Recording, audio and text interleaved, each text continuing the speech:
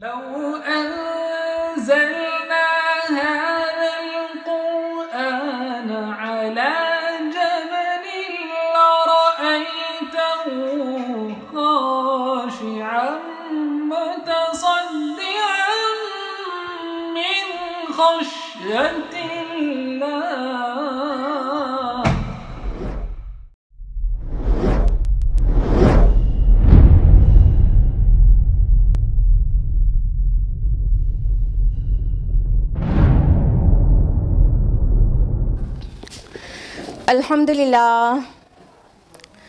الحمدللہ رب العالمین والصلاة والسلام علی رسولہ الکریم وعلی آلہ واصحابہ اجمعین اما بعد واعوذ باللہ من الشیطان الرجیم بسم اللہ الرحمن الرحیم یا ایھا الناس قد جاءتکم موعظۃ من ربکم وشفاء لما فی الصدور وہدی ورحمۃ للمؤمنین.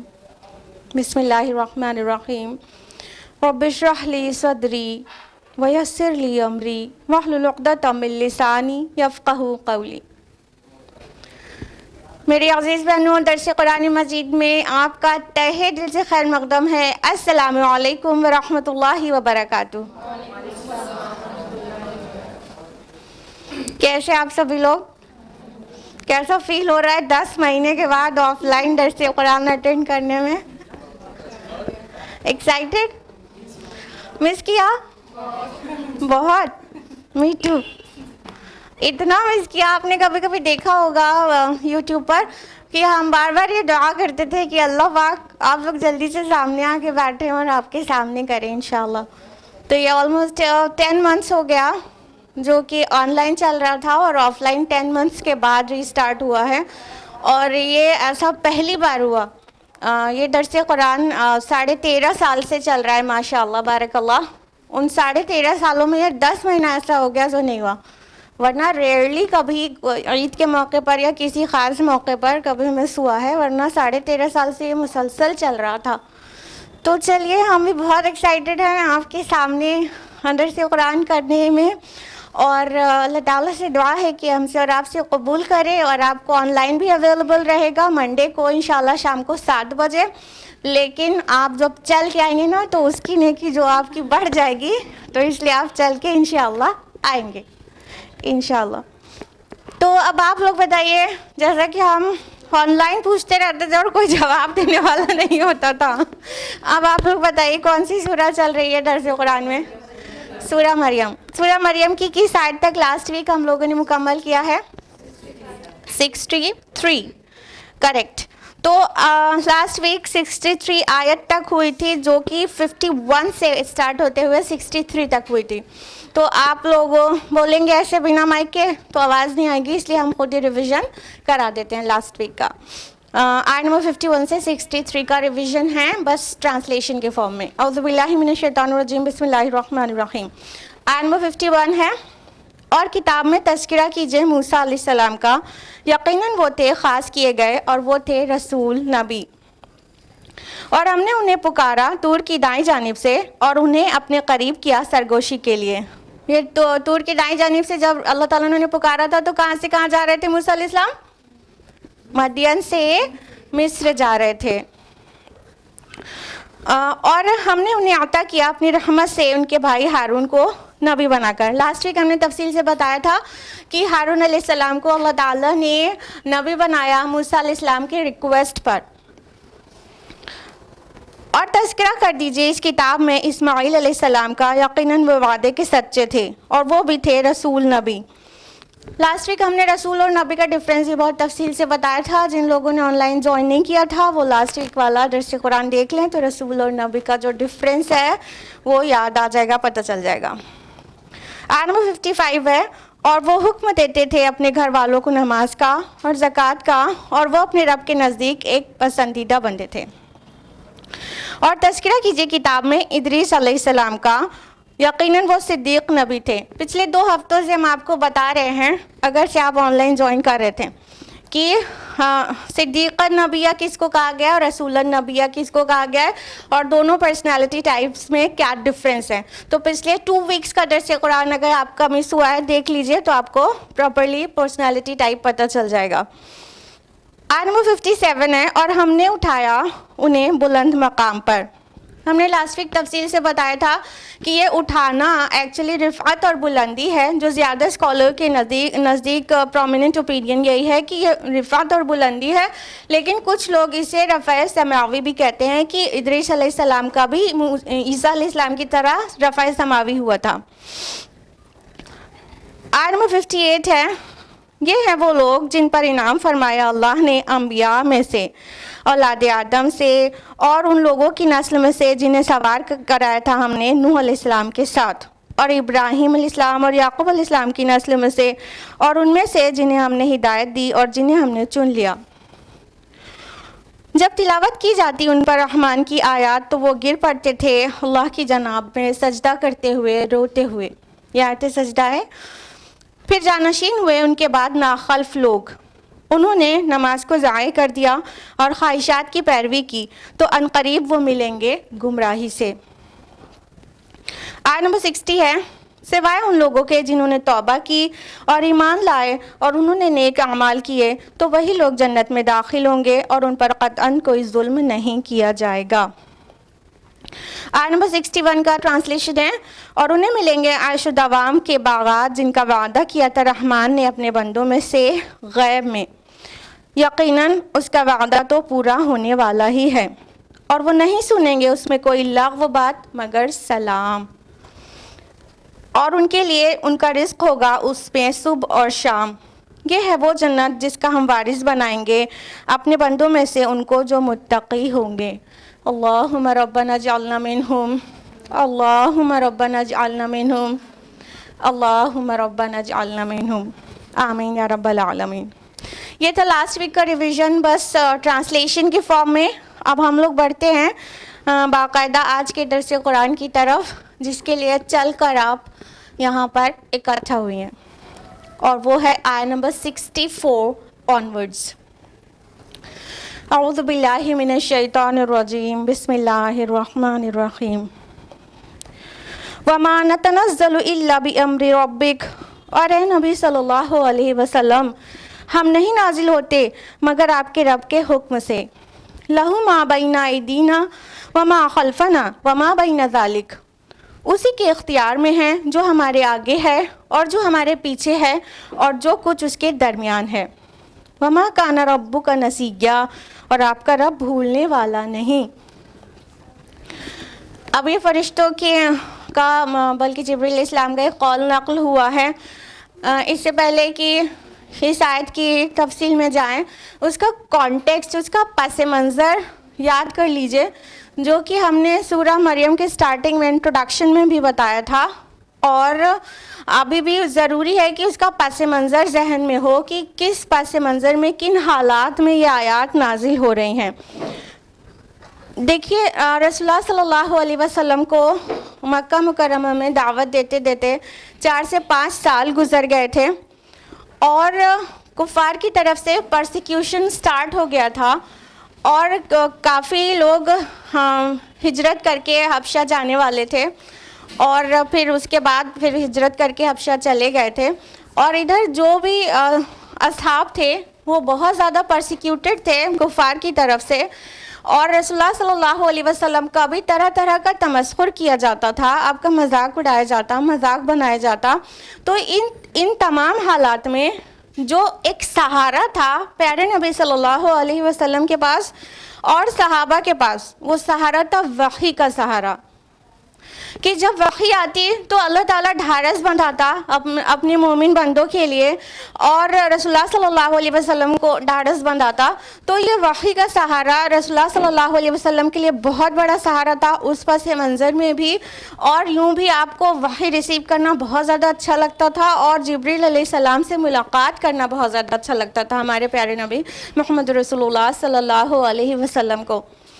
تو جب جبریل علیہ السلام کو آنے میں تھوڑا دیر ہوتی, تھوڑا وقفے سے آتے جبریل علیہ السلام, وحی تھوڑا گیپ میں آتی, تو رسول اللہ صلی اللہ علیہ وسلم دیوانہ وار یہ چاہتے تھے کہ جبریل جلدی آئے، وحی آ جائے، جبریل جلدی آئے اور وہ وحی اللہ کا جو پیغام ہے جس کو ریسیو کرنا. حالانکہ رسول اللہ پہ بہت فزیکلی بہت شاک گزرتا تھا. آپ نے سن رکھا ہوگا صحابہ سے کی زبانی کی، اور رسول اللہ صلی اللہ علیہ وسلم سواری پر ہوتے تو وہ اونٹنی بالکل بیٹھ جاتی، اور حضرت زید رضی اللہ عنہ کی تھائی پر رسول اللہ نے سر رکھا ہوا تھا اور وحی نازل ہونے لگی تو وہ فرماتے ہیں کہ جیسے لگا میری جان جو ہے ٹوٹ جائے گی، اتنا سخت ہوتا تھا ریولیشن. اس کے باوجود رسول اللہ صلی اللہ علیہ وسلم اس کو بہت ہی زیادہ پسند کرتے تھے کہ بار بار جلدی جلدی وحی آیا کریں. تو یہ اس کا کانٹیکسٹ ہے. تو اللہ تعالیٰ جبریل علیہ السلام کی زبانی کہلوا رہا ہے. کیا؟ جو آیت ہم نے آپ کے سامنے تلاوت کی کہ اے نبی، یعنی جبریل علیہ السلام کہہ رہے ہیں اے نبی ہم نہیں نازل ہوتے اپنی مرضی سے، اپنے رب کے حکم کے تابع فرمان ہیں. ہم لوگوں کو فری ول نہیں ہے، اپنی مرضی سے نہیں آتے ہیں کہ جب چاہیں آ کے محمد سے ملیں صلی اللہ علیہ وسلم، بلکہ جب ہمارا اللہ چاہتا ہے، اور اللہ جو چاہتا ہے اس میں اس کی بہت گہری مشیت اور بہت حکمت ہوتی ہے. اور جب اللہ تعالیٰ چاہتا ہے تبھی جبریل امین وحی لے کر آ سکتے ہیں، اور اس کے بغیر ایک مطلب اپنی مرضی سے کبھی بھی فری ول سے آ کے ملیں اور وحی لے کر آ جائیں، یہ کسی بھی فرشتے کے لیے ممکن نہیں تھا. جب ملائکہ کے سردار جبریل علیہ السلام ایسا بول رہے ہیں تو پھر باقی ملائکہ کی کیا پوزیشن ہوئی آپ نے آپ سمجھ جائیے. تو اللہ تعالیٰ اس جبریل امین کی زبان سے کہلوا رہا ہے کہ اور کہ اسی کے اختیار میں جو ہمارے آگے ہے، یعنی فرشتوں کے سامنے جو کچھ ہے، جو کچھ پیچھے ہے، جو کچھ اس کے درمیان ہے. کہنے کا مطلب اللہ تعالیٰ اللہ کل شیء قدیر ہے، اور اللہ کے علاوہ کوئی بھی مختار مطلق نہیں ہے. تو یہ جبریل علیہ السلام کے بس کا نہیں تھا، اور نہ ہی کسی فرشتے کی اپنی مرضی تھی کہ جب بھی رسول اللہ سے مل لے یا تو وحی لے کر آ جائے. تو اللہ تعالیٰ اپنے فرشتے کی زبانی، جبریل امین کی زبانی یہ کہلوا رہا ہے کہ وہ بالکل تابع فرمان ہیں اپنے رب کے. فرشتوں کے متعلق سورہ تحریم سورہ نمبر 66 آیت نمبر 6 میں آیا ہے لا یعصون اللہ ما امرہم ویفعلون ما یؤمرون، اور وہ اللہ کے کسی بھی حکم کی سرتابی نہیں کرتے اور کرتے وہ ہیں جو انہیں حکم دیا جاتا ہے. یعنی فرشتے مکمل اللہ تعالیٰ کے تابع فرمان ہیں. اب اس میں ایک تو یہ بات ہو گئی ان کانٹیکسٹ کہ اللہ کے رسول چاہتے تھے کہ وحی جلدی جلدی سے آ جائے اور اس میں دیر نہ لگے، اور جبریل علیہ السلام جلدی جلدی ملاقات کریں. ایک تو یہ بات ہو گئی. دوسری بات یہ کہ جو کفار مکہ تھے انہوں نے جو اپنے معبودان باطل تراش رکھے تھے وہ ان کے اکثر نام مؤنث ہے نا، لات، عزیٰ، منات، یہ سب مؤنث ہیں. تو یہ دیویاں جو تھیں وہ کہیں نہ کہیں وہ یہ فرشتوں کو اللہ کی بیٹیاں کہتے تھے. تو یہ دیویاں مطلب فرشتوں کو اللہ کی بیٹیاں کہنا اور یہ دیویاں بنانا اور خدا کو بیٹیاں زیادہ دلاری ہیں، اس کانسیپٹ سے مطلب شرک کا یہ فنڈا تھا ان کے نزدیک.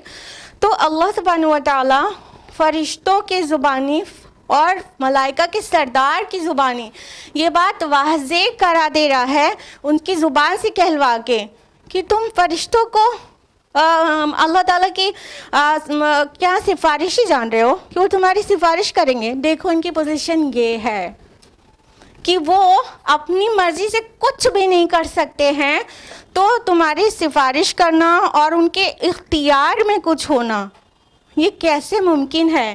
ان کے اختیار میں کچھ بھی نہیں ہے. یہ شرک کا رد بھی ہو رہا ہے، انڈائریکٹ میں شرک کا رد بھی ہو رہا ہے کہ فرشتوں کے پاس کوئی بھی اختیار نہیں ہے، تو سفارش کرنے کا بھی اختیار نہیں ہے الا یہ کہ اللہ ہی جس کے لیے چاہے اور جس کو چاہے اور جتنا چاہے.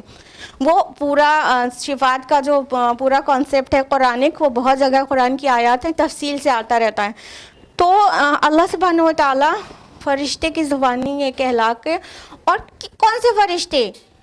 جو تمام ملائکہ کے سردار ہیں اور جن کے متعلق احادیث میں آتا ہے کہ اللہ تعالیٰ سے ان کو بہت قرب حاصل ہے، وہ سب سے اونچائی تک جا سکتے ہیں، سب سے قریب تک جا سکتے ہیں، اور اللہ تعالیٰ کو ایک خاص قرب ہے ان سے. اس فرشتے کی زبانی جب یہ کہلا دیا گیا کہ ہم وحی بھی لاتے ہیں تو اپنے رب کے حکم سے لاتے ہیں، اور ہم اپنی مرضی سے کچھ بھی نہیں کر سکتے، ہمارے آگے پیچھے دائیں بائیں سب پورے دنیا وما فیہا میں جو کچھ بھی ہے وہ سب کچھ ہمارے رب کے اختیار میں ہے، جو اتنا مطلب ملائکہ مقربین میں سے ایک سردار، سب سے مطلب اللہ تعالیٰ کے نزدیک سب سے زیادہ پوزیشن رکھنے والا سردار سے جب کہلا دیا گیا، تو پھر اب ان کے جو بھی فرشتوں کو بیٹیاں اللہ کی بنانے کا جو بھی ان کا کانسیپٹ تھا اور جو عقیدہ تھا باطل عقیدہ، اس کا رد کتنا بڑھ چڑھ کر ہو رہا ہے کہ اصل میں بات یہ ہے کہ اللہ تعالیٰ کے ہاتھ میں ہی سب کچھ ہے اختیار، اور کوئی بھی اختیار اللہ تعالیٰ نے کسی کو نہیں دیا ہے. جو کام پہ پوائنٹ کیا ہے اللہ تعالیٰ نے، وہ بس کام کریں گے، ان کا کام ہے وَيَفْعَلُونَ مَا يُؤْمَرُونَ، وہ کرتے ہیں وہ جو اس کا حکم دیا جاتا ہے. اختیار نہیں دیا اللہ تعالیٰ نے کسی کو. جس کام پہ جس فرشتے کو اپوائنٹ کیا ہے بس وہ مطلب they have to listen and obey، بس اس پوزیشن میں ہے وہ، لیکن اختیار کسی کا بھی نہیں ہے. اسی آیت میں آگے فرمایا اور آپ کا رب بھولنے والا نہیں ہے، یعنی اے نبی صلی اللہ علیہ وسلم نہ ہی آپ کے رب کو وحی بھیجنا بھول جاتا ہے وہ معاذ اللہ، اور نہ ہی آپ کو بھول جاتا ہے کہ آپ کتنا پریشانی کی حالت میں ہیں. کفار تمسخر کر رہے ہیں، مطلب وہ کبھی کبھی چیلنج کرتے تھے نا کہ اچھا ہم رانگ ہیں تو عذاب لے کر آؤ، ہم رانگ ہیں تو ابھی یہ مطلب ابھی کوئی معجزہ دکھاؤ، تو طرح طرح کے چیلنجز کرتے تھے، اور اگر اسی وقت اس کے ریسپانس میں وحی نہیں آ رہی تو وہ ان کا تمسخر بڑھتا چلا جاتا تھا. اور they ridiculed our prophet صلی اللہ علیہ وسلم. تو رسول اللہ کو رنج تو ہوتا ہی ہوگا، ذرا سا رنج ہوتا تھا، بہت تکلیف ہوتی تھی نا. اور کس بات کی تکلیف تھی؟ اس بات کی تکلیف تھی میں ان کو حق پہنچا رہا ہوں اور یہ مان نہیں رہے، تو اس بات کی تکلیف ہوتی تھی. اور پھر مذاق اڑایا جانا یہ تو کسی کو بھی تکلیف دہ ہوتا ہی ہے. تو رسول اللہ صلی اللہ علیہ وسلم بشر تو ضرور تھے نا، رسول تھے لیکن بشر تھے نا، آپ کو بہت تکلیف ہوتی تھی. تو آپ کا رب تسلی دے رہا ہے وما کان ربک نسیا، آپ کا رب بھولنے والا نہیں ہے، آپ کا رب آپ کو بھول نہیں گیا ہے کہ یہ مذاق اڑا رہے ہیں اور اللہ تعالیٰ بھول گیا ہے آپ کو، یا تو وحی بھیجنا بھول گیا ہے. آپ کے رب کی شان یہ نہیں ہے کہ کوئی چیز بھول جائے، بھولنا انسان کی کمزوری ہے اور اللہ تعالیٰ کے کمزوریوں سے پاک ہے، بالکل پاک. اللہ الصمد، ہی از ایبسلیوٹ اینڈ ایٹرنل. تو اللہ تعالیٰ ان تمام کمزوریوں سے پاک ہے. یہاں پہ جو امر آیا ہے وہ بامانہ حکم آیا ہے، اذن، اللہ کے حکم سے، اللہ کے اذن سے نازل ہوتے ہیں. جو وحی وقفے سے آتی تھی اس کا ایکسپلینیشن کہیں کہیں آیا ہے، جیسا کہ سورہ فرقان سورہ نمبر 25 آیت نمبر 32 میں آیا ہے، اور سورہ اسراء سورہ نمبر 17 آیت نمبر 107 میں آیا ہے. ریزن آیا ہے کہ تھوڑا تھوڑا ہم آپ کو اوپر نازل کرتے ہیں تاکہ وہ آپ کا ہیمر ان ڈاؤن ہو جائے اور آپ کے لیے آسانی ہو، اور جن کو پیش کرنا ہے ان کو بھی تھوڑا تھوڑا لے لیں تو ان کو آسانی ہو. تو بہت ساری حکمتیں ہیں، کچھ حکمتیں اللہ تعالیٰ نے قرآن میں جواب میں بتائی بھی ہیں، اور اللہ تعالیٰ کے ہر ایک کام میں، ہر ایک مرضی میں بے شمار حکمتیں ہوتی ہیں جس کا ہم اور آپ کے ذہن احاطہ نہیں کر سکتے. آیت نمبر 65 ہے، رب السماوات والارض وما بینہما فاعبدوہ واصطبر لعبادتہ هل تعلم له سمیا. وہ رب ہے آسمانوں کا اور زمین کا اور اس کا جو ان دونوں کے مابین ہے، بس آپ اسی کی عبادت کریں اور جمے رہیں اس کی عبادت پر. کیا آپ جانتے ہیں کوئی اس کا ہم نام؟ اب یہ والا جو اسٹیٹمنٹ ہے وہ کچھ اسکالرس کے نزدیک جبریل علیہ السلام کا کنٹینیوڈ ہے، اور کچھ اسکالرس کے نزدیک یہ اللہ تعالیٰ کا قول ہے. تو بہرحال اب اللہ تعالیٰ کیا فرما رہے ہیں کہ وہ رب ہے آسمانوں کا اور زمین کا اور جو ان دونوں کے مابین ہے. ابھی دیکھیے یہی بات فرشتے سے کہلا کر واضح کی گئی تھی, لہو ما بین ایدینا وما خلفنا وما بین ذالک. یہ بات دوسرے پیرائے میں کہی گئی تھی, اس کو دہرایا جا رہا ہے. پھر سے کہا جا رہا ہے کہ جو رب آسمانوں اور زمین کا ہے اور جو ان دونوں کے درمیان ہے, آسمان اور زمین کے درمیان, یعنی everything, each and everything, پوری یونیورس کا احاطہ ہو جاتا ہے جب یہ الفاظ کہہ دیے جاتے ہیں آسمان اور زمین اور ان دونوں کے درمیان, تو پوری یونیورس اس میں شامل ہو گئی, اب کچھ بچا نہیں. ٹھیک ہے, تو اللہ تعالیٰ فرما رہے ہیں اگر یہ اللہ کا قول ہے تو بھی ویل, اور اگر یہ جبریل امین کا قول ہے تو بھی وہ اللہ تعالیٰ نے ان سے بھی کہلایا کہ آسمان اور زمین کا جو رب ہے وہ اللہ ہے, اور جو کچھ ان کے درمیان ہے یعنی ہر چیز جو مختار کل ہے, جو القادر ذات ہے, وہ صرف اور صرف اللہ رب العالمین کی ہے. فرمایا کہ پس آپ اسی کی عبادت کریں اور جمے رہیں اس کی عبادت پر. یہاں پہ فَاعْبُدْهُ ورڈ آیا ہے, اس کی عبادت کریں, پس آپ اس کی عبادت کریں. ابھی یہ عبادت صرف بامانہ پرستش کے نہیں ہے, یعنی مراسم عبودیت کچھ ہوتی ہے, وہ بھی عبادت کی ایک قسم ہے. ہم نے آپ کو 2 ویکس پہلے عبادت کی تینوں اقسام بتائی تھی ابراہیم علیہ السلام کے اسٹیٹمنٹس میں, جو اپنے والد کو دعوت دے رہے تھے. تو تینوں طرح کی عبادت کہ اسی ورڈ عبادت میں تینوں طرح کے مفہوم اور آیات کیری کرتی ہیں. تو یہاں پر جو عبادت ورڈ ہے وہ صرف مراسم عبودیت نہیں ہے, رکوع, سجدہ اور فاسٹنگ, صوم اور قنوت, یہ مراسم عبودیت, حج, عمرہ, طواف.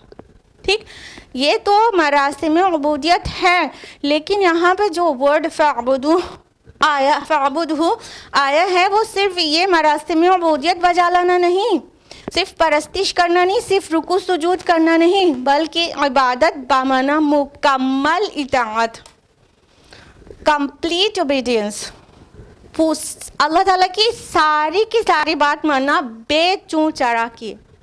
یہاں پہ اس معنی میں آیا ہے. تو اللہ تعالیٰ فرما رہے ہیں کہ بس آپ اسی کی عبادت کیجئے, یعنی آپ پوری طور سے صرف اسی کو اوبے کیجئے 100%, کوئی بھی کمی کیے بغیر. تو عبادت کا جو عبادت ورڈ ہے وہ عبد سے ہے, عبد معنی غلام ہوتا ہے نا, اور غلام کو کیا یہ گنجائش رہتی ہے, جو ایک غلامی کا تصور تھا جو ابھی ختم ہو گیا الحمدللہ, کیا غلام کو یہ گنجائش رہتی ہے کہ آقا کہے کہ چائے بنا دو تو کہے مجھے چائے نہیں بنانی, میں نہیں بنانے کا, کیا گنجائش رہتی ہے؟ آقا اور غلام کا جو مطلب رشتہ ہے, اس کا جو اس دور میں بھی جو غلامی کا تصور تھا وہ یہی تھا کہ اگر آقا غلام کو جو بھی حکم دے گا اسے ماننا ہے, صرف چائے ہی بنانے کے لیے نہیں, اگر وہ واش روم کلین کرنے کے لیے بھی کہے گا تو بھی اسے کرنا ہے. آج کے خادم پر غلام کو تصور نہ کیجیے گا. آج کے ہمارے جو ورکرز اور ہیلپرز ہوتے ہیں, ہمارے خدام ہوتے ہیں, ان کو اگر کوکنگ کے لیے رکھا ہے پھر ان سے کہہ دو کہ وہ واش روم صاف کرو تو نو بھی بول سکتے ہیں کیونکہ ان کو کوکنگ کے لیے رکھا ہے. ٹھیک ہے, لیکن جو عبد ہوتا ہے, جو غلام ہوتا ہے, اس کو بالکل بھی نو بولنے کی کوئی گنجائش نہیں ہوتی. تو وہاں سے ہے یہ ورڈ عبادت.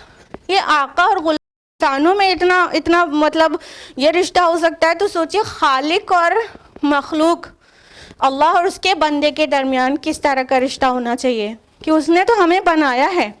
آقا تو خرید لیتا ہے یہ دنیا والی غلامی کا, لیکن اللہ تعالیٰ نے تو ہم کو بنایا, ہمارا خالق بھی ہے اور ہمارا رب بھی, ہمارا مالک, ہمارا پروردگار بھی وہی ہے. تو اس کو بنا چو چڑھا کیے سب کچھ یوں کا یوں ماننا ہے. یہ معنی دے رہا ہے یہاں پر عبادت. فَاعْبُدْهُ, پس آپ اسی کی مکمل فرما برداری کیجئے.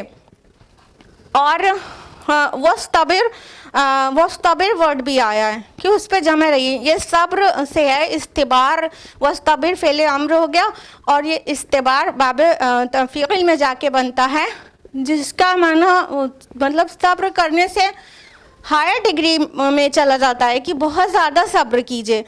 تو اللہ تعالیٰ فرما رہے ہیں کہ اے نبی آپ بہت زیادہ صبر کیجیے اور پوری طرح سے جمے رہیے.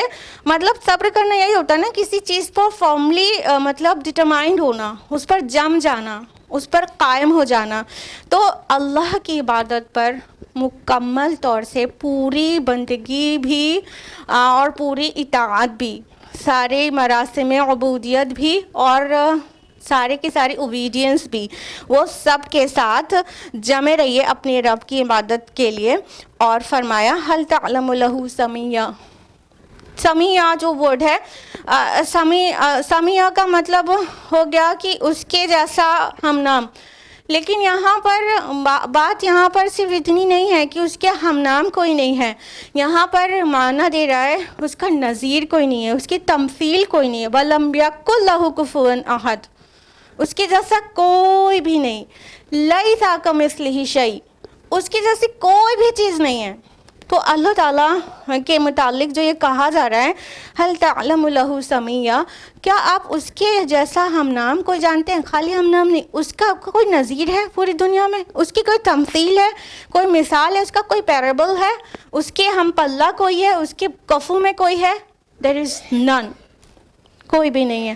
تو اللہ تعالیٰ ایبسلیوٹ ہے اور اس کے جیسا کوئی بھی نہیں ہے. تو ہماری مکمل تابعداری اور اطاعت سب کچھ اللہ کے لیے ہونی چاہیے. آیت نمبر 66 ہے وَيَقُولُ الْإِنسَانُ أَإِذَا مَا مِتُّ لَسَوْفَ أُخْرَجُ حَيًّا, اور انسان کہتا ہے کہ جب میں مر جاؤں گا تو پھر مجھے زندہ کر کے نکال لیا جائے گا.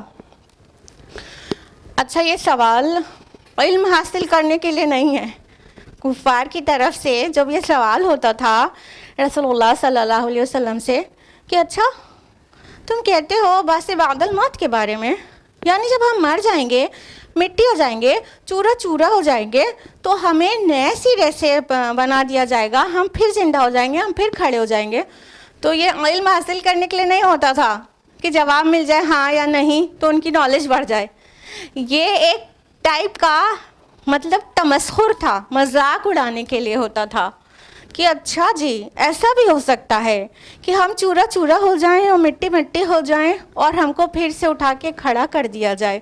تو یہ ایک طرح کا مذاق بنانا تھا اور رسول اللہ صلی اللہ علیہ وسلم کی تحقیر کرنا تھا, اور آپ صلی اللہ علیہ وسلم کو ایک طرح سے جھٹلانا تھا کہ یہ جو تم کہہ رہے ہو یہ بات ہمارے سمجھ میں تو نہیں آتی. اچھا, ایک پس منظر کو اور ذہن میں رکھیے گا کہ جیسے ابھی آپ دیکھتے ہیں لوگوں کو کہ سارے کے سارے لوگ ایک جیسے نہیں ہوتے, ایک جیسا نہیں سوچتے, الگ الگ طرح کے لوگ آپ کی سوسائٹی میں ہیں. تو ڈیفینیٹلی ایسا ہی ہر سوسائٹی میں ہوا کرتا تھا, اس سے ہمیشہ پہلے بھی, کہ ہر سوسائٹی میں سب ایک طرح کے نہیں سوچتے تھے, ایک طرح کے انداز نہیں تھا. اب جو کفار تھے وہ بھی سب ایک طرح کے نہیں تھے, سب کا پلین فلیٹ ریجیکشن نہیں تھا کہ ہم بعث بعد الموت پہ بلیو ہی نہیں کریں گے. اس میں بھی کیٹیگریز تھیں. کچھ لوگ تھے کہتے تھے there is no life after death, کوئی زندگی نہیں, موت کے بعد سب کچھ ختم ہو جانا ہے, مٹی مٹی چورا چورا ہو جانا, پوری طرح سے ریجیکٹ کر دیتے تھے. اور کچھ لوگ ایسے بھی تھے جن کو جو مطلب اس دونوں ایکسٹریمز کے درمیان میں تھے. ایک تو ایمان والے ہو گئے کہ ہاں بالکل ایسا ہونا ہے, اور دونوں کے درمیان والے بھی کچھ لوگ تھے جن کو گمان سا ہوتا تھا. قرآن نے ان کو ظن کہا ہے کہ ان کو ایسا ظن سا ہوتا ہے کہ ہمیں اچھا جو تم کہتے ہو, جس طرف ہم کو بلاتے ہو کہ مطلب موت کے بعد پھر زندہ ہونا ہے, ایسا گمان سا تو ہوتا ہے, یقین نہیں ہوتا. تو ایسے بھی لوگ تھے. تو اس میں سب طرح کے لوگ تھے. تو کچھ لوگوں کو ایسا گمان سا ہوتا تھا کہ ہاں جنت اور جہنم کچھ حیثیت رکھتی ہے اور حساب و کتاب کچھ ہو سکتا ہے, لیکن یقین نہیں ہوتا تھا. تو ایسے بھی لوگ تھے. تو جو جن کو مطلب گمان سا ہوتا تھا لیکن یقین نہیں ہوتا تھا, ان کے متعلق گویا یہ آیات آ رہی ہیں کہ وہ کہتے ہیں کہ اچھا جب ہم مر جائیں گے تو ہمیں پھر سے نکال لیا جائے گا. انہیں یقین نہیں ہوتا, اور جو بالکل فلیٹ انکار کر دیتے تھے ان کے متعلق بھی قرآن حکیم میں بہت ساری آیات ہیں, جیسا کہ سورہ قیامہ سورہ نمبر 75 آیت نمبر 3 اور 4 میں اللہ تعالیٰ فرماتے ہیں کہ وہ کیا کہتے ہیں, اَيَحْسَبُ الْإِنسَانُ أَن لَّن نَّجْمَعَ عِظَامَهُ, کہ انسان کہتا ہے کہ کیا ہماری ہڈیوں کو دوبارہ جمع کیا جائے گا مرنے کے بعد. بلا قادرین علی ان نسوی بنانا, کیوں نہیں, ہم تو ان کی فنگر ٹپس کو بھی پرفیکٹ آرڈر پر پھر سے اسمبل کر دینے پر قادر ہیں. تو انسان یہ جب پوچھتا ہے, یہاں پہ انسان وہی کفر کرنے والے اور نہ ماننے والے انسان کی بات ہو رہی ہے کہ یہ کہتے ہیں کہ کیا ہماری ہڈیوں کو پھر سے جمع کیا جائے گا. تو اللہ تعالیٰ کہتے ہیں کہ ہڈیاں ہی کیا, صرف بونز ان کی ری اسمبل کرنا کیا, ہم تو ان کی ویرنگ فنگر ٹپس کو بھی پرفیکٹ آرڈر میں جوڑ دینے پر قادر ہیں. یہ فنگر ٹپس سب کی ڈفرینٹ ہوتی ہے نا, سب کو معلوم ہے کہ چاہے کتنا آپ لوگ پڑھ لکھ لیں کبھی کبھی انگوٹھا لگانا پڑتا ہے. ہاں, اتنا پڑھنے وڑھنے کے بعد بھی پہلے ایک تصور تھا کہ جو سائن نہیں کر سکتا وہ انگوٹھا لگائے گا. ابھی جب سائنس ایڈوانس ہو گئی اور فورینسک سائنس میں بھی یہ فنگر ٹپس یوز ہوتی ہے, تو یہ جب اتنا سائنس ایڈوانس ہونے کے بعد پھر سے ہم وہیں پہ چلے گئے کہ جہاں پہ بہت زیادہ ایویڈنس, بہت زیادہ فورینسک سائنس میں چیک کرنا ہوتا ہے یا کہیں پہ بھی بہت زیادہ, تو سائن لینے کے علاوہ آپ کے فنگر ٹپس پہ پھر سے آپ کا انگوٹھا بھی لگواتے ہیں کیونکہ یہ سب کا ڈفرینٹ ہوتا ہے. Now we come to know this. تو اللہ تعالیٰ کہتے ہیں خالی ہڈی جوڑنا کیا, یہ سب کا جو فنگر ٹپ ڈفرینٹ ہے وہ بھی ہم ری اسمبل کر دیں گے پرفیکٹ آرڈر میں. اور یہاں پر بھی وہی سوال ہے کہ کیا جب ہم مر جائیں گے تو پھر سے زندہ کیے جائیں گے.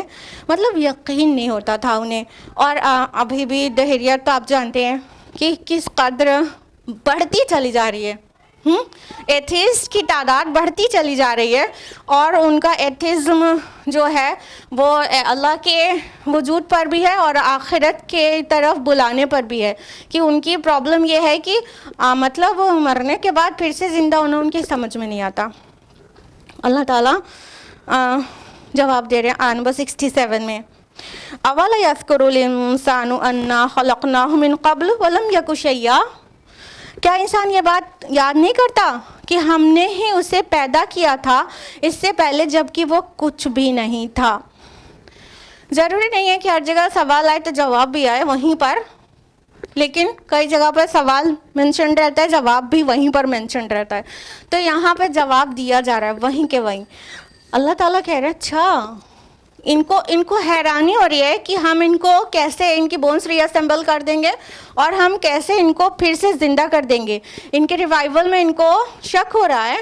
تو کیا اس کو یہ بات یاد نہیں کہ اس کی پیدائش کہاں سے ہے, کس طرح ہم نے اسے پیدا کیا ہے آؤٹ آف نتھنگنیس.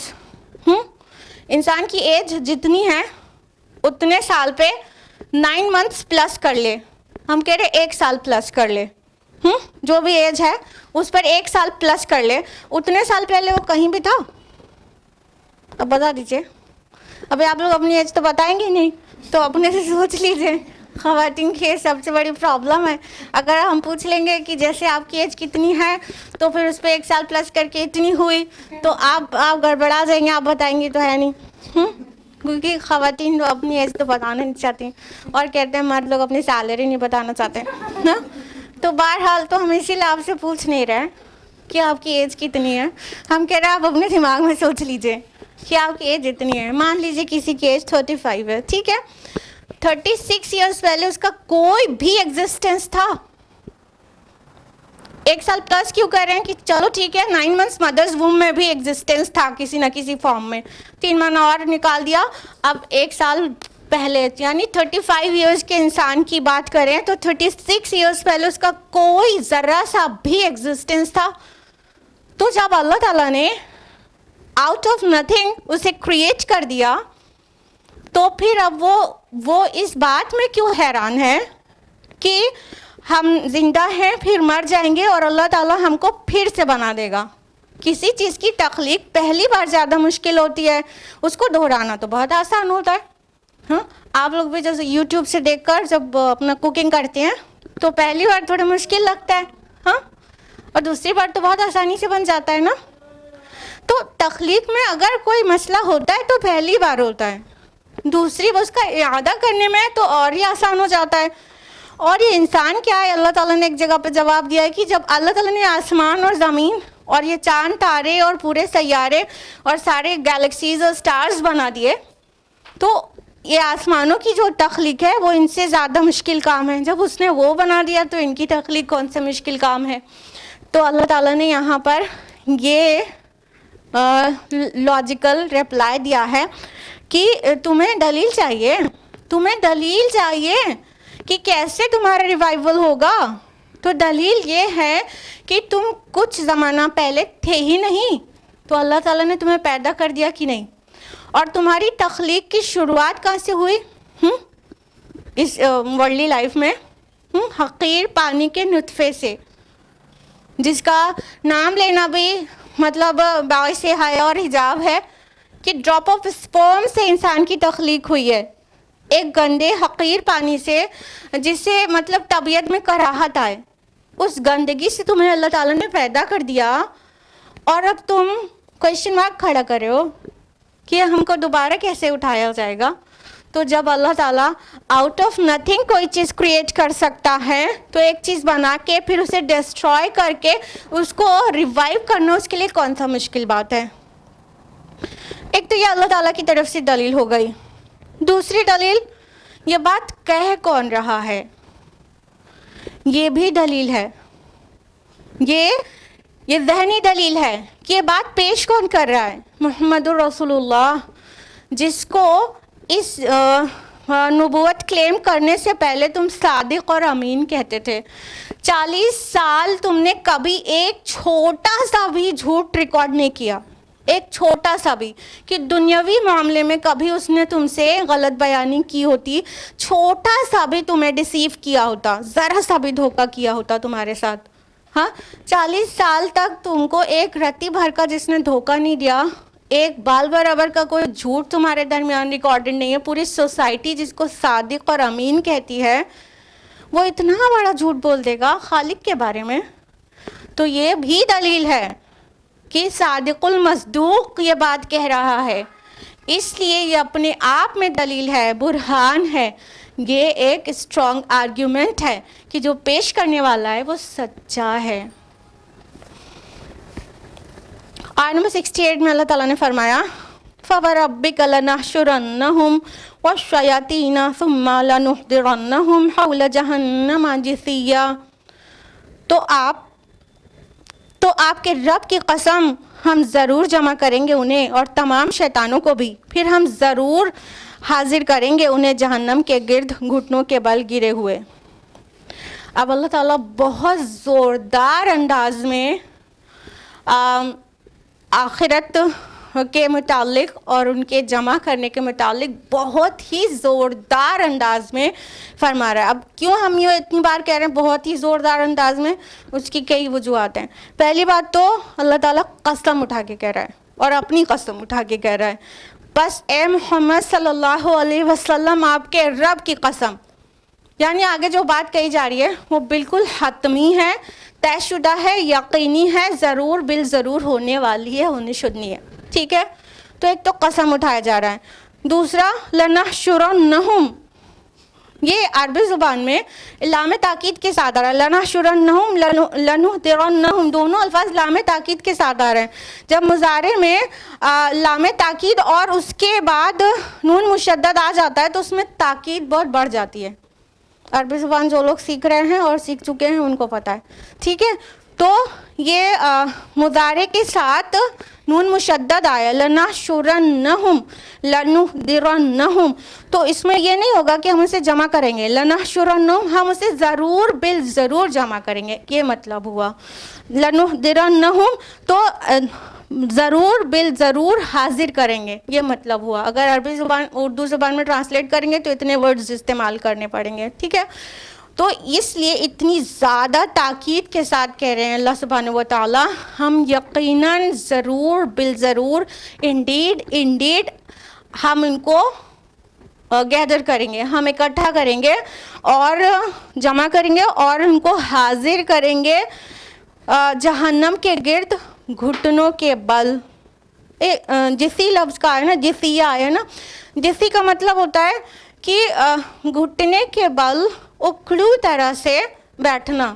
ٹھیک ہے، تو یعنی یہ ایک غلاموں کی مطلب ایک منظر کشی کی گئی ہے کہ غلام جب، اور مجرم غلام، ایسا خالی غلام نہیں، مجرم، کوئی مجرم آقا کے سامنے یا رولر کے سامنے جب پیش کیا جاتا ہے تو گھٹنوں پہ بیٹھا ہوا، مطلب اپنی ذلت اور اپنے جرم کے باعث شرمندہ اپنی قسمت کا فیصلہ کیے جانے کے انتظار میں جس طرح بیٹھے گا، اس انداز میں جہنمیوں کو جہنم کے گرد جمع کیا جائے گا، انتہائی شرمندگی کی حالت اور اپنے جرم سے بالکل شرمندہ، اور اپنی قسمت کا فیصلہ جو وہ فائنلی ہونے جا رہا ہے کہ کہاں ان کو جانا ہے، اس کا فیصلہ ہونے کے جسٹ پہلے کی بات ہے. جہنم کے گرد، حول جہنم آیا ہے نا، جہنم کے گرد، یعنی ابھی جہنم میں انٹری نہیں ہوئی ہوگی، لیکن یہ انکار کرنے والے ہیں نا،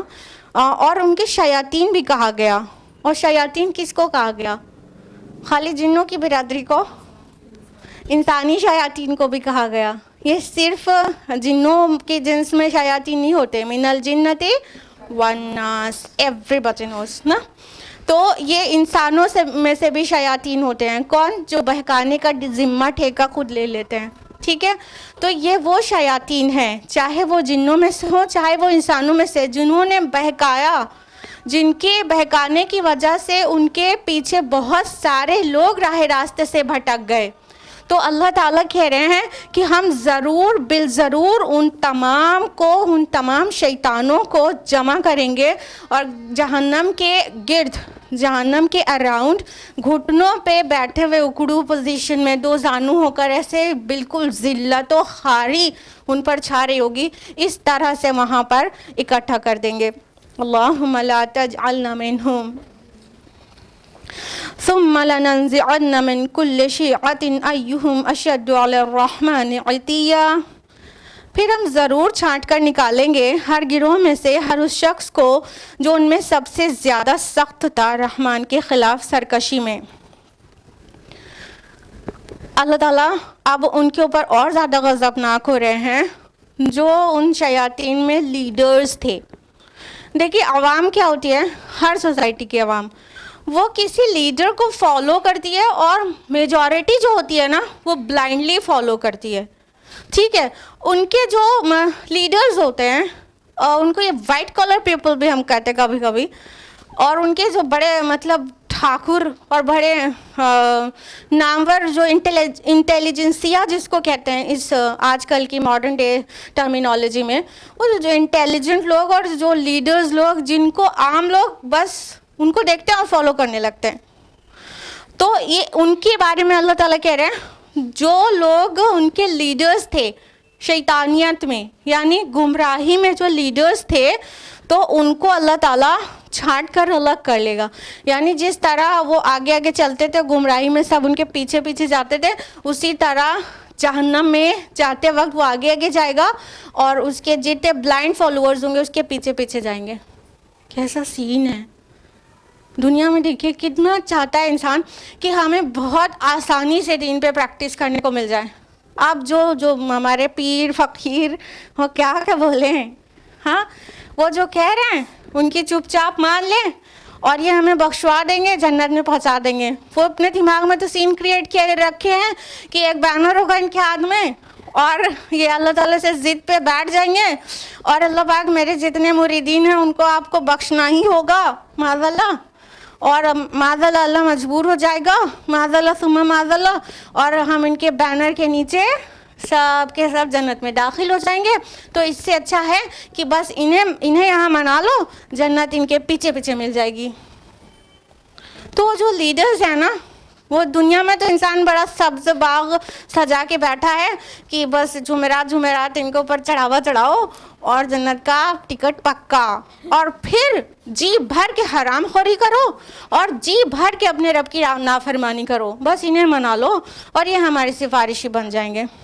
تو دنیا میں یہ بڑا سوچ کے بیٹھا ہے انسان۔ تو وہ جو لیڈر ہے سب سے بڑا مجرم تو وہی ہو گیا نا، جو رانگ کی طرف لیڈ کر رہا تھا ان کو۔ تو اللہ تعالیٰ ایسے لیڈرز کو الگ الگ اکٹھا کریں گے، مطلب ان کو الگ سے بلائیں گے کہ دنیا میں جو گمراہی کی طرف تم نے ان کو لیڈ کیا، اب آؤ یہ بھی جہنم میں جائیں گے۔ یعنی ان کے جو بلائنڈ فالوورز ہیں وہ اتنے معصوم نہیں ہیں، ہاں اتنے معصوم نہیں۔ معصوم کیوں نہیں ہے؟ وہ قرآن مجید ان کے درمیان ہے، وہ اپنی آنکھوں سے اسے نہیں پڑھتے، اپنے دماغ سے نہیں سمجھتے اور محنت نہیں کرنا چاہتے اور خواہش نفس کی پیروی کرنا چاہتے ہیں اور پھر بھی جنت میں داخلہ چاہتے ہیں۔ اس لیے ہم کہہ رہے ہیں اتنے معصوم نہیں ہیں۔ وہ اپنی خواہش نفس کو لگام نہیں دینا چاہتے ہیں، وہ چاہتے ہیں کہ ہم جیسا چاہ رہے ہیں سودی کاروبار کرتے رہیں، رشوت لیتے رہیں، بس ان کو راضی کر لیں اور ان کی ایک فوٹو لگا لیں گھر میں، ہاں فوٹو لگا لیں اور بچوں سے کہیں کہ ان کے آگے جھکو، ان سے جنت ملے گی وغیرہ وغیرہ۔ تو وہ بھی اتنے معصوم نہیں ہیں، اتنے بھولے نہیں ہیں، لیکن بڑا مجرم کون ہے؟ جو اسے رانگ کی طرف لیڈ کر رہا ہے۔ تو ایسے لیڈرز کو اللہ تعالیٰ آئسولیٹ کر لیں گے، ان میں سے نکال کے باہر سامنے لا کے کھڑا کر دیں گے۔ جیسے کہ ابو جہل تھا اس سوسائٹی میں، اللہ کے نبی صلی اللہ علیہ وسلم نے ابو جہل کے بارے میں کہا کہ ھذا فرعون ھذی الامہ، یہ اس امت کا فرعون ہے۔ تو ابو جہل کو وہ جو کفار مکہ جتنے بھی تھے جنہوں نے رسول اللہ صلی اللہ علیہ وسلم کو ریجیکٹ کیا، آپ کی دعوت کو ریجیکٹ کیا، تو ابو جہل ان کو لیڈ کرے گا، سامنے آ کے کھڑا ہو جائے گا اور پھر کہا جائے گا اللہ تعالیٰ کی طرف سے کہ چلو اب لے کے ہاں ان کو جاؤ جہنم میں، تم ساتھ میں آگے آگے چلتے ہوئے۔ تو اللہ سبحانہ تعالیٰ فرما رہے ہیں کہ جو رحمان کی سرکشی میں جو سب سے زیادہ سخت تھا اس کو ہم چھانٹ کر نکال لیں گے، لیڈ کرنے کے لیے نکال لیں گے۔ پھر وہ جو بالکل آسانی سے چاہتے تھے جنت میں چلے جائیں اور رب کی نہ ماننی پڑے نہ رسول کی، نہ قرآن میں غلط زنی کرنے کی ضرورت پڑے اور نہ ہی خواہش نفس کو کوئی لگام لگانے کی ضرورت پڑے، تو وہ اس کے پیچھے ہو لیں گے سب، اور لیڈرز جو ان کو اللہ تعالیٰ الگ کر لے گا ان کے پیچھے پیچھے ہو جائیں گے، اور پھر وہ جہنم کی طرف لیڈ کرے گا وہ شیطان، وہ انسانی شیطان۔ اور پھر باقیوں کا انجام جو ہوگا اس کے لیے فکر کرنا چاہیے۔ یہ صرف ہنسنے کی بات نہیں ہے نا، یہ بہت ہی زیادہ فکر کی بات ہے۔ ہم لوگ اپنے اراؤنڈ بہت ہی لوگوں کو ایسا دیکھتے ہیں کہ وہ مطلب اسی مزاج کے ہیں، وہ کسی طرح اپنے پیر کو چھوڑنے کے لیے تیار نہیں ہیں، جبکہ ان کے پیر ان کو حرام خوری تک سے نہیں روکتے۔ صلاح کی پابندی تو چھوڑ دیجئے، مطلب کوئی بھی چیز کے حکم نہیں دیتے جو اللہ اور رسول نے حکم دیا ہے، بس وہ کچھ بہت بیسکس بتا دیا اور بس ان کو آسرا دے دیا کہ ہم بخشوا دیں گے۔ تو یہ اس طرح کے بلائنڈ فالوورز بہت ہی خوفناک سودا ہے جو کر رہے ہیں۔ اللہم لا تجعلنا منہم ثم لنحن اعلم بالذین هم اولی بها صلیہ۔ پھر ہم خوب جانتے ہیں ان لوگوں کو جو اس میں پہلے داخل ہونے کے لائق ہوں گے۔ یعنی اللہ سبحانہ وتعالیٰ کو کون بتائے گا کہ جہنم کا پہلا مستحق کون ہے، سب سے پہلے کون جانا چاہیے، اللہ کو کون بتائے گا؟ اللہ سبحانہ وتعالیٰ تو فرما رہے ہم خوب جانتے ہیں کہ کون اس لائق ہے کہ جو پہلے اس میں داخل ہو، جو لیڈ کرے ان کے پورے لشکر کو، پورے جتھے کو لیڈ کون کرے، کون آگے آگے جا کے جہنم میں داخل ہو، اللہ تعالیٰ خوب جانتا ہے۔ اور یہ ادھر کفار جو رسول اللہ صلی اللہ علیہ وسلم کا تمسخر کر رہے تھے اور مسلمانوں کو ستا رہے تھے کہ وہ ان کی پارٹی دیکھو اور ہماری پارٹی، ہم اتنے آہستہ رہنے والے لوگ، اور یہ کہتے ہیں کہ اللہ کی طرف سے وحی آتی ہے اور جو بات کہہ رہے ہیں حق کہہ رہے ہیں۔ اگر اللہ کے اتنے ہی لاڈلے اور بلوڈ ہوتے تو آج اتنا مصیبت میں ہوتے بھلا۔ اس طرح سے جو کہہ کے ستا رہے ہیں تو ان کی طرف مطلب یہ ایک بہت بڑی وارننگ ہے کہ اللہ تعالیٰ جانتا ہے کہ کون پہلے پہلے جہنم میں جائے گا. اللہ تعالیٰ جانتا ہے. وہ اللہ تعالیٰ کے نیک بندوں کو ستانا چھوڑ دیں. وَإِن مِّنكُمْ إِلَّا وَارِدُهَا كَانَ عَلَىٰ رَبِّكَ حَتْمًا مَّقْضِيًّا. اور تم میں سے کوئی بھی ایسا نہیں جو اس پر وارد نہ ہو، یہ آپ کے رب کا حتمی فیصلہ ہے. اب یہ جہنم کے متعلق بات آ رہی ہے اور اللہ تعالیٰ فرما رہے ہیں کہ تم میں سے کوئی بھی ایسا نہیں ہے جو اس پر وارد نہ ہو. اب اس میں دو ڈیفرنٹ اوپینین ہیں اسکالرس کی. ایک گروپ آف اسکالرس تو یہ کہتے ہیں کہ ہر خاص و عام ہر انسان کو، آدم سے لے کے قیامت تک کے انسان کو جہنم پہ وارد ہونا ہوگا. اور یہ وارد ہونے کی شکل کیا بتاتے ہیں؟ ایگزیکٹلی ہاں. تو جن کی اوپینین یہ ہے کہ جہنم پہ ایچ اینڈ ایوری پرسن کو وارد ہونا ہوگا، تو اس کا ایکسپلینیشن یہ دیتے ہیں کہ اب ایک پلسرات ہوگا. پلسرات نام سب نے سنا ہے نا. وہ ایکچولی صراط مستقیم ہوگا. جو دنیا میں صراط مستقیم ہے اس پر جو چل رہا ہے صراط مستقیم پر، اس کو لیے پلسرات بہت ہی آسان ہوگا اور وہ جہنم کے اوپر بنا ہوگا. اور تو اس پلسرات پر چل کر سب کو جہنم، جو نیک لوگ ہیں ان کو جنت میں جانا ہوگا. تو اس کے اوپر سے وارد ہو گئے نا سبھی، ایچ اینڈ ایوری پرسن. پائس لوگ بھی جو نیک ہیں، دیندار ہیں، اللہ تعالیٰ کی مانتے ہیں، رسول کی سنت پہ عمل کرتے ہیں، متقی ہیں، اللہ تعالیٰ انہیں جنت میں ڈالنا چاہتا ہے. تو ان سب کو بھی جہنم کے اوپر سے گزر کے جانا ہوگا. اس کا آگ کا بھپکا تک نہیں لگے گا، ان کو جہنم کی کوئی تکلیف نہیں پہنچے گی، لیکن اس کے اوپر سے گزر کے جائیں گے اور ان کے لیے وہ راستہ بہت آسان ہوگا. ان کے ایمان کا نور ان کے ساتھ دوڑ رہا ہوگا، ان کے سامنے اور ان کے داہنے، اور ایمان اور اعمال صالحات کا نور سورہ حدید میں زیادہ تفصیل سے ہے نا. تو ان کے اس نور میں بھاگتے ہوئے چلے جائیں گے اور جنت میں داخل ہو جائیں گے، لیکن ان کا گزر تو جہنم کے اوپر سے ہوگا. یہ مطلب ہے وارد ہونے کا. تو ایک گروپ آف اسکالرس تو اس کو مانتے ہیں کہ مطلب ہر ایک کو، مطلب ایچ اینڈ ایوری پرسن کو، سینرز کو بھی اور پائس کو بھی، سب کو وارد ہونا ہوگا. دوسرے گروپ آف اسکالرز کی اوپینین یہ ہے کہ یہاں پہ جو ہر ایک کو کہا گیا ہے کہ تم میں سے ہر ایک، وَإِن مِّنكُمْ إِلَّا وَارِدُهَا، اور کوئی تم میں سے ایسا نہیں ہوگا جو اس پہ وارد نہ ہو. یہ اس کانٹیکسٹ میں کہا گیا جو پریویس آیات ہیں، جس طرح کے لوگوں کا ڈسکشن ہو رہا ہے اس طرح کے سارے لوگوں کے بارے میں بات ہو رہی ہے. اور مولانا حامد الدین فراہی، مولانا امین حسن اصلاحی کو اس پہ اسٹرانگ آبجیکشن ہے کہ کل کے کل لوگ جہنم پہ وارد ہوں گے. اور ان کا کہنے کا مطلب ہے کہ جو پیچھے آیات جن کے بارے میں بات ہو رہی ہے، یہ آگے والی آیت صرف ان کے لیے کل بات کر رہی ہے کہ ان میں سے کوئی نہیں ہوگا، یعنی گناہگاروں میں سے جو جہنم کے مستحق ہے ان میں سے کوئی نہیں ہوگا کہ اس پہ سے وارد نہ ہو. اور یہی اوپینین ابن جریر طبری نے ابن عباس سے روایت کیا ہے، اور اس کے علاوہ امام رازی نے تفسیر کبیر میں بھی اس کو ہی اختیار کیا ہے کہ وہ لوگ جو پیچھے مذکور ہیں ان میں سے کوئی ایسا نہیں ہوگا جو اس پہ سے وارد نہ ہو. کیونکہ قرآن حکیم میں کھلی آیات ہیں کہ جو نیک لوگ ہوں گے وہ ان کو جہنم کا ایک ذرا سا بھپکا بھی نہیں لگے گا، کچھ بھی نہیں لگے گا.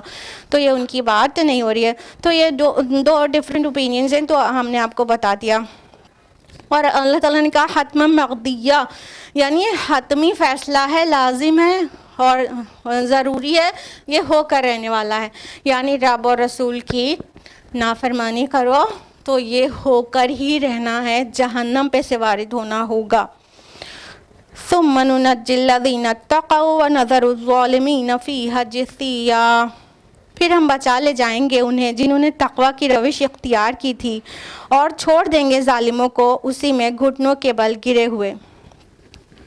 اب اللہ سبحانہ تعالیٰ اپنے متقی بندوں کو وہاں سے ایکسیپشن بتا رہا ہے کہ ہم ان کو بچا لیں گے، یعنی یہ جہنم میں جانے سے صرف اس کو بچا لیں گے جس کے پاس تقوی ہے. الذین اتقوا، جو تقوی والے ہیں. تقوی اسلامک اسکول والے نہیں، انشاءاللہ تقوی اسلامک اسکول والے بھی انشاءاللہ، لیکن صرف تقوی اسلامک اسکول والے نہیں بلکہ وہ سبھی لوگ جن کے دلوں میں تقوی ہے. تقوی کہاں پہ ہوتا ہے؟ نہیں. التقوی ہا ہونا, التقوی ہا ہونا, التقوی ہا ہونا. تقوی یہاں ہے, تقوی یہاں ہے, تقوی یہاں ہے. اللہ کے نبی صلی اللہ علیہ وسلم کی حدیث ہے. کہنے کا مطلب کسی کے ظاہر سے جو بہت آراستہ پیراستہ ہے, یہ غلط فہمی نہیں ہونا چاہیے کہ وہ بہت متقی ہے. داڑھی کتنی لمبی ہے, پاجامہ ٹخنے سے اوپر ہے کہ گھٹنے تک ہے, یہ تقوی کا معیار نہیں ہے. ٹھیک ہے, ٹھیک ہے, نبی صلی اللہ علیہ وسلم کی سنتوں کی بھی پیروی کرنا ہی ہے, ظاہر بات ہے, وہ بھی جنت میں لے جانے کا ذریعہ بنے گا. ٹھیک ہے, لیکن ہم یہ کہہ رہے ہیں تقوی ظاہر سے جج نہیں ہوتا, تقوی باطن کی چیز ہے.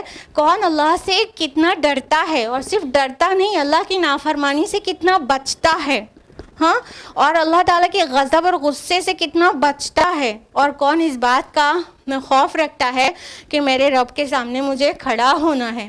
تو جس کے اندر ہر دم یہ احساس زندہ رہتا ہے کہ میرے اللہ مجھ سے پوچھ لے گا تو مجھے کیا جواب دینا ہے, اس کے اندر ایکچولی تقوی ہے. وہ ضروری نہیں اس کا ظاہر اتنا آراستہ پیراستہ ویل ڈیکوریٹڈ ہو, ہاں, اٹ میں بھی پاسبل کہ وہ فقیر ہو, اس کے لباس پھٹے ہوئے ہوں اور اس کے چہرے پہ دھول پڑی ہوئی ہو, لیکن اس کے اندر اتنا تقوی ہو کہ وہ جو بات کی قسم اٹھا لے تو اللہ تعالیٰ اسے پوری کر دے, اتنا چہیتا ہو اپنے رب کا. یہ بالکل عین ممکن بات ہے, حدیث کی روشنی میں بتا رہے ہیں آپ کو یہ بات.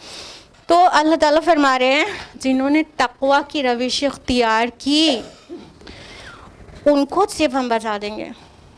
ہم کو بہت افسوسناک بات ایک ہی لگتی ہے کہ دینداری بہت جھوٹی بھی ہم نے ایکسپیرینس کی. اب جتنی عمر ہو گئی ہم بھی نہیں بتائیں گے کتنی ہو گئی ہے, اس عمر میں تک پہنچتے پہنچتے ہم نے بہت جھوٹی دینداری بھی ایکسپیرینس کی لوگوں میں. مطلب ظاہر میں بہت دیندار معلوم ہو رہے تھے, جب گھروں کے اندر گھس کے دیکھا گیا, بیٹیاں دے کے دیکھا گیا تو پتہ چلا دینداری کا حال. تو ایکچولی وہ تقوی نہیں ہے. جس کے دل میں تقوی ہے, جو ظلم سے بچتا ہے, جو جھوٹ سے بچتا ہے, جو حرام سے بچتا ہے, جو گھر کے اندر گھر کے باہر ہر جگہ اپنے رب کے حکم کے مطابق زندگی گزارتا ہے اور اپنے رسول کے طریقے پر زندگی گزارتا ہے, اس کے پاس تقوی ہوتا ہے. تو جس کے پاس تقوی ہے وہ بچے گا جہنم سے, صرف وہی بچے گا جس کے پاس تقوی ہے, جو اپنے رب کے سامنے کھڑا ہونے سے ڈرا, وہ بچ جائے گا. اور باقیوں کا کیا حال ہوگا؟ اللہ تعالیٰ فرماتے ہیں کہ ان ظالموں کو گھٹنوں کے بل گرا ہوا چھوڑ دیں گے. اب یہاں پہ پھر سے جسیہ آیا ہے, گھٹنوں کے بل مطلب دو زانو گرا ہوا چھوڑ دیں گے, اور یہاں فیہا آیا ہے, فیہا اس کے اندر. اب اس سے پہلے والی جو آیت تھی آیت میں 68, اس میں حول جہنم آیا تھا, جہنم کے گرد, یعنی مطلب ان کا حساب ہو چکا ہوگا اور وہ جہنم کے بہت نزدیک, جہنم کے اراؤنڈ گھٹنوں کے بل بیٹھے ہوں گے کہ ان کے رب کا فائنل فیصلہ آئے تو پھر وہ اپنے ڈیسٹینیشن پہ جائیں. تو حول جہنم آیا تھا, اور یہاں پہ آ گیا فیہا جثیہ, اس کے اندر فیہا, اس میں گھٹنوں کے بل بیٹھے ہوں گے. تو مفسرین کو تھوڑا سا یہاں پر مشکل پیش آئی ہے کہ اس کے اندر گھٹنوں کے بل بیٹھنا, وہاں تو عذاب ہی شروع ہو جائے گا جہنم میں داخل ہوتے ہی, تو اس کو کیسے سیٹسفائی کیا جائے. تو بہرحال اس کا ایک سلیوشن نکالا ہے وہ مفسرین نے, وہ یہ کہ جیسے یہ جہنم میں داخل ہوں گے تو وہ جہنم کے جو داروغہ ہوں گے ان کے حوالے کر دیے جائیں گے, اور ابھی عذاب کا دروازہ نہیں کھلا ہوگا. جہنم کے اندر تو ہو چکے ہوں گے, جو داروغہ ہوں گے جہنم کے ان کے حوالے کیے جا چکے ہوں گے, اور عذاب کا دروازہ ابھی نہیں کھلا ہوگا. اور وہ عذاب کے دروازہ کھلنے سے پہلے وہاں پھر سے ذلت خاری کے ساتھ گھٹنوں کے بل بیٹھے ہوئے ہوں گے مجرموں کی طرح. تو اس طرح فیہا کو سیٹسفائی کیا جا سکتا ہے. ادروائز اگر فیہا پہ نظر ہی نہیں جاتی بہت لوگوں کی کہ اس کے اندر کہا جا رہا ہے, تو وہ کہہ دیتے ہیں کہ پھر جہنم کے باہر کی بات ہے کہ جہنم میں جانے سے پہلے گھٹنوں کے بل ایسے بیٹھے ہوئے ہوں گے. لیکن فیہا کو اگنور کیسے کر سکتے ہیں, صاف صاف آیا فیہا جثیہ, اس میں گھٹنوں کے بل بیٹھوں. تو اس طرح سے سمجھا جا سکتا ہے کہ عذاب کا دروازہ ابھی نہیں کھلا ہوا ہوگا, لیکن جہنم میں داخلہ مل چکا ہوگا تو اس کے بعد پھر وہی پوزیشن میں وہ بہت ہی ذلت و خواری کے ساتھ بیٹھے ہوں گے. اچھا ہم لوگ نے کبھی اس چیز کو پسند کرتے ہیں کہ ایسے گھٹنوں کے بل ایسے اکڑو بیٹھ کے مطلب کسی کے بھی سامنے ایسے بیٹھ کے اور اس کے سامنے اپیئر ہو؟ کبھی پسند کرتے ہیں؟ کبھی بھی نہیں نا. تو مجرموں کو یہ سزا ایسے مطلب ملے گی کہ مطلب ابھی پنشمنٹ کے ساری چیزیں کھلی بھی نہیں ہوں گی. اس سے پہلے کی جو ذلت ہوگی وہ یہ کہ ایک دم ٹائٹ پلیس میں ایک دم پاس جہنم میں جگہ بھی تنگ رہے گی. یہ نہیں کہ بڑا مطلب اللہ تعالیٰ کے پاس اتنی وسعت ہے تو جہنم میں اتنی جگہ ہو. اس کی کیپیسٹی تو رہے گی لیکن جہاں پنشمنٹ ہوگی وہ بالکل ٹھوسے ہوئے ہوں گے ایک دوسرے کے ساتھ. اور جب اندر جائیں گے تو اور اس کے باہر بھی اسی گھٹنوں کے بل بیٹھے مطلب کس قدر ذلت و خواری کا سامنا ہوگا. اور وہاں پہ کیا ہوگا؟ حسرت کے سوا کچھ ہو سکتا ہے؟ ایک سائیکولوجیکل پنشمنٹ، کاش میں نے ایسا نہ کیا ہوتا. یہ ریگریٹ انسان کو اندر سے توڑتی ہے. ایک باہر کی پنشمنٹ ہے آگ کی، اور ایک اندر کی پنشمنٹ ہے سائیکولوجیکل پنشمنٹ. وہ کیا ہے؟ کاش میں نے ایسا نہ کیا ہوتا، کاش میں نے اپنے رسول کی مان لی ہوتی، کاش میں نے فلاں داعی کی مان لی ہوتی، کاش میں نے قرآن پر عمل کیا ہوتا، کاش میں یہ دنیا کی لہو لعب میں اپنی زندگی کو ضائع نہ کرتی، کاش میں خواہش نفس کے غلام نہ بن گئی ہوتی. یہ کاش اس کو اندر سے ستائے گا. اور باہر کی آگ کی پنشمنٹ تو اللہ اکبر، اللہ تعالیٰ ہی بچائیں. کہ ذرا سا اگر ہم لوگ کچن میں ذرا سا جل جائیں تو کیا حالت ہوتی ہے. سب سے زیادہ تکلیف جلنے سے ہوتی ہے نا، کٹ جانے سے نہیں ہوتی، چوٹ لگ جانے سے نہیں ہوتی، جتنی جلنے سے تکلیف ہوتی ہے. تو وہ جلنے کا عذاب اور اوپر سے یہ کہ کاش نہ کیا ہوتا، کیونکہ اب کچھ بھی ریورس نہیں ہونے والا. اب وہاں جانے کے بعد یہ نہیں ہوگا نا کہ واپس ایک بار ایک موقع یا اللہ پاک ایک موقع دے دیجیے واپس چلے جائے، یہ نہیں ہو پائے گا نا. تو سوائے حسرت کی اور کچھ نہیں ہوگا. اس لیے اس کو یوم الحسرت بھی کہا گیا. قیامت کو یوم حسرت کا دن ہوگا. تو اس حسرت کے دن کے آنے سے پہلے ہم اور آپ اپنے اعمال سنوار لیں اور اپنے رب کی فرما بردار ہو جائیں، تاکہ ان میں سے ہماری گنتی ہی نہ رہے ان میں سے، تاکہ ہمیں ایسے ذلت و خواری سے اپنے رب کے سامنے پیش نہ ہونا پڑے. ابھی بہت وقت ہے درس قرآن کا، نہیں زندگی کا. ابھی بہت وقت ہے، بہت ان دا سینس کہ ابھی زندہ ہے اور احساس ہو گیا. اس لیے توبہ کر لینا ہے اور اللہ کا تقوی اختیار کرنے کی کوشش کرنا ہے. اللہ تعالیٰ کہنے سننے سے زیادہ عمل کی توفیق دے. آمین. وآخر دعوانا ان الحمد للہ رب العالمین. والسلام علیکم ورحمۃ اللہ وبرکاتہ.